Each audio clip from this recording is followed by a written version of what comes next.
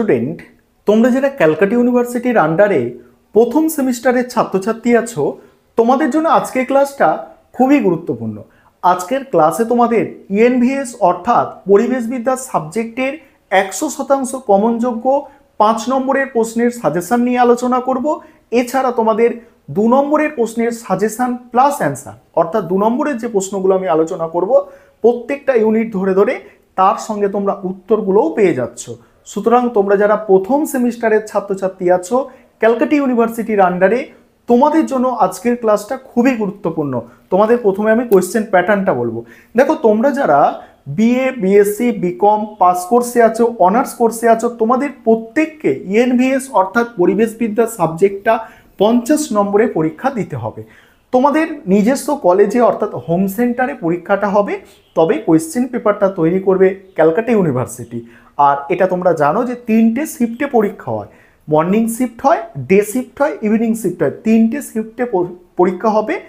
আর কারোর মর্নিং শিফটে থাকবে, কারোর ডে শিফটে থাকবে, কারোর কলেজে কি হবে ইভিনিং শিফটে থাকবে। যাদের ইভিনিং কলেজ আছে ইভিনিং শিফটে পরীক্ষা হবে। 3টে সেট হবে প্রশ্নপত্রের।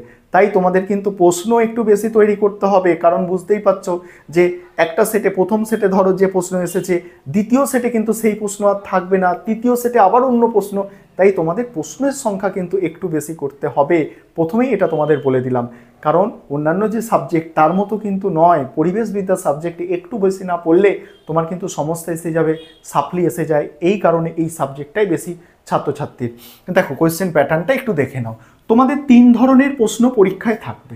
এমসিকিউ প্রশ্ন থাকছে, ঠিক আছে, এমসিকিউ প্রশ্ন থাকছে, 2 নম্বরের প্রশ্ন থাকছে, আর 5 নম্বরের প্রশ্ন থাকছে, ঠিক আছে। এমসিকিউ প্রশ্ন কটা থাকছে? 10টা থাকছে এমসিকিউ প্রশ্ন, 10 নম্বর। এই 2 নম্বরের প্রশ্ন থাকছে 10টা, অর্থাৎ 20, ঠিক আছে। আর হচ্ছে 5 নম্বরের প্রশ্ন থাকছে তোমার 4টে, এখানেও তোমার হচ্ছে 20, অর্থাৎ এই হচ্ছে তোমার 50 নম্বরের পরীক্ষা, ঠিক আছে। আজকের ক্লাসে তোমরা কি পাচ্ছ? আজকের ক্লাসে তোমরা 5 নম্বরের প্রশ্নের সাজেশান পাচ্ছ, 2 নম্বরের প্রশ্নের সাজেশান প্লাস অ্যান্সার পাচ্ছ, এবং এগুলো পুরো আমি ইউনিট অনুযায়ী আলোচনা করেছি যাতে তোমাদের সুবিধা হয়। চলো তোমাদের স্ক্রিন রেকর্ডের মাধ্যমে দেখাচ্ছি, দেখে নাও। তার আগে একটা বিষয় তোমাদের বলার আছে, তোমাদের ইএনভিএস অর্থাৎ পরিবেশবিদ্যা সাবজেক্টের স্টাডি মেটেরিয়াল তৈরি করা হয়েছে। তোমরা যদি কেউ স্টাডি মেটেরিয়াল পারচেস করতে চাও, স্ক্রিনে যে নম্বরটা দেখতে পাচ্ছ এই নম্বরে যোগাযোগ করে স্টাডি মেটেরিয়াল পারচেস করতে পারো। প্রথমে তোমরা 5 নম্বরের প্রশ্নের সাজেশানটা দেখে নাও, তারপরে 2 নম্বরের প্রশ্নের সাজেশান প্লাস অ্যান্সার নিয়ে আলোচনা করব। 5 নম্বরের প্রশ্নের সাজেশানটা দেখো, তোমাদের আমি ইউনিট অনুযায়ী সাজিয়ে রেখেছি সাজেশানটা। তোমাদের 5টা ইউনিট আছে, আর প্রত্যেকটা ইউনিট থেকে যে প্রশ্নগুলো তৈরি করতে হবে সেগুলো এখানে সাজানো আছে। দেখো, আমি স্ক্রল করে যাচ্ছি, তোমরা দেখে নাও। আমি তোমাদের আগেই বলেছি যে তোমাদের 3টে শিফটে পরীক্ষা হয়, সেই কারণে তোমাদের কিন্তু প্রশ্ন পরিবেশবিদ্যা সাবজেক্টের একটু বেশি তৈরি করতে হবে। আর দেখে নাও, তোমরা প্রশ্নগুলো দেখে নাও, স্ক্রিনশট করে নাও। আর তোমাদের যাদের স্টাডি মেটেরিয়ালের প্রয়োজন আছে অর্থাৎ স্টাডি মেটেরিয়াল পারচেস করতে চাও, তোমরা অবশ্যই স্ক্রিনে দেওয়া নম্বরে যোগাযোগ করবে। দেখো, তোমাদের 5টা ইউনিটের সাজেশান আমি দিয়ে দিলাম। এবার 2 নম্বরের সাজেশান প্লাস অ্যান্সার দেখো। এবারে তোমরা 2 নম্বরের প্রশ্ন উত্তরগুলো দেখে নাও। প্রথমে দেখো ইউনিট 1 থেকে যেগুলো তোমাদের করতে হবে 2 নম্বরের। দেখো, প্রথম প্রশ্ন আছে, পরিবেশবিদ্যা কিভাবে মানব জীবনের বিভিন্ন ক্ষেত্রে প্রভাব ফেলে? পরিবেশবিদ্যা মানব জীবনের স্বাস্থ্য, অর্থনীতি, সামাজিক সম্পর্ক এবং টেকসই উন্নয়নের মতো ক্ষেত্রে সরাসরি প্রভাব ফেলে।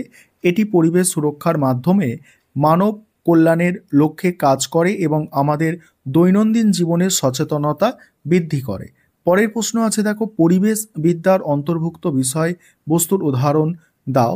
দেখো, পরিবেশবিদ্যার অন্তর্ভুক্ত বিষয়বস্তুর মধ্যে রয়েছে বায়ু দূষণ, জল দূষণ, মাটির অবক্ষয়, বৈচিত্র্য সংরক্ষণ, জীববৈচিত্র্য সংরক্ষণ, পরিবেশ আইন, টেকসই উন্নয়ন আর পরিবেশগত নীতিমালা ইত্যাদি। তারপরের প্রশ্ন আছে, পরিবেশবিদ্যার বহুমুখিতা কেন গুরুত্বপূর্ণ?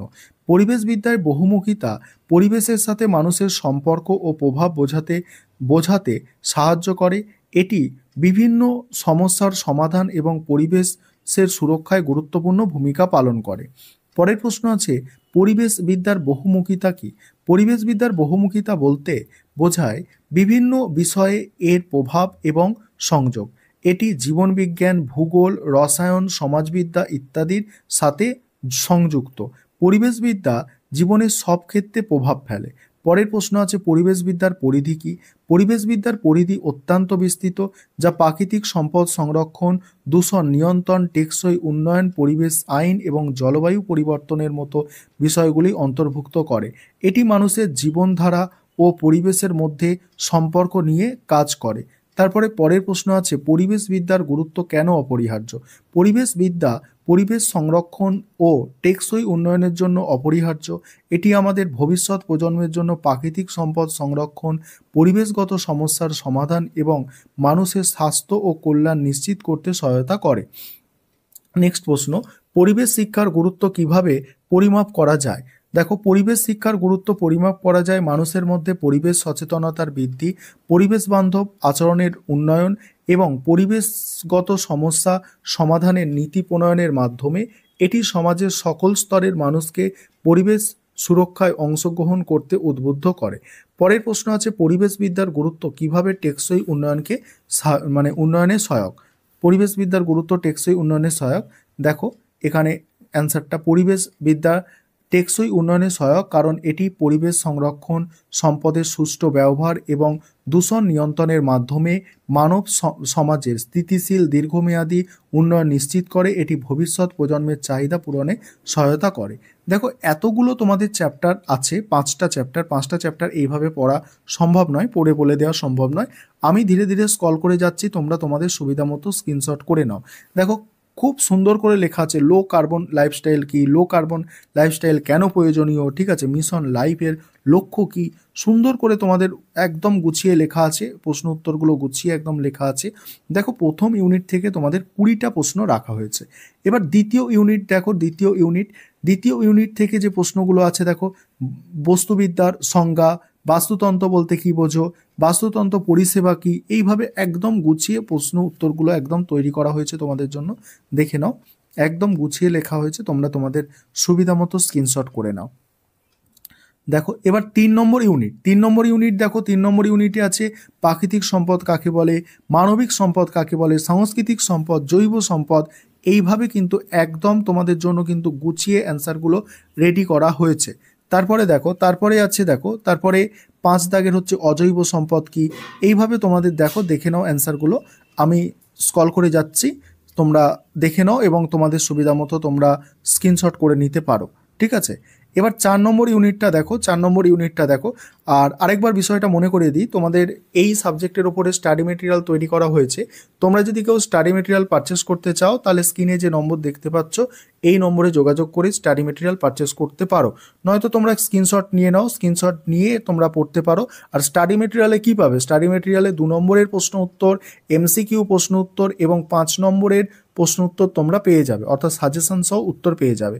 আর দেখো 2 নম্বরের প্রশ্নগুলো তোমরা স্ক্রিনশট করে নাও, তোমরা স্ক্রিনশট করে পড়ো, আমি স্ক্রল করে যাচ্ছি। আরেকটা বিষয় তোমাদের বলছি, তোমরা অনেকে হোয়াটসঅ্যাপ করে কিন্তু রিকোয়েস্ট করো যে স্যার আমাদের কিন্তু পিডিএফটা দিন না, এই ভিডিওর পিডিএফটা দিন না। দেখো পিডিএফ আমাদের কোনো পিডিএফ ফ্রিতে দেওয়া হয় না, এটা কিছু মনে করার কিছু নেই, কারণ আমি পরিশ্রম করে ভিডিওটা তোমাদের জন্য তৈরি করছি, ঠিক আছে, এতে কিছু মনে করার নেই। তবে আমাদের একটা টিম তো এর পেছনে কাজ করছে, সেই কারণে আমাদের এরকম সিস্টেম নেই যে পিডিএফ তোমাদের কিন্তু ফ্রিতে দিতে পারবো। তাই আমি ধীরে ধীরে স্ক্রল করে যাচ্ছি, তোমরা তোমাদের সুবিধা মতো স্ক্রিনশট করে নাও, স্ক্রিনশট করে পড়ো, কোনো সমস্যা হবে না। তোমরা স্ক্রিনশট করে খাতায় লিখে নেবে, একটু পরিশ্রম করে পড়ো, দেখবে আরও ভালো নম্বর তোমাদের উঠবে।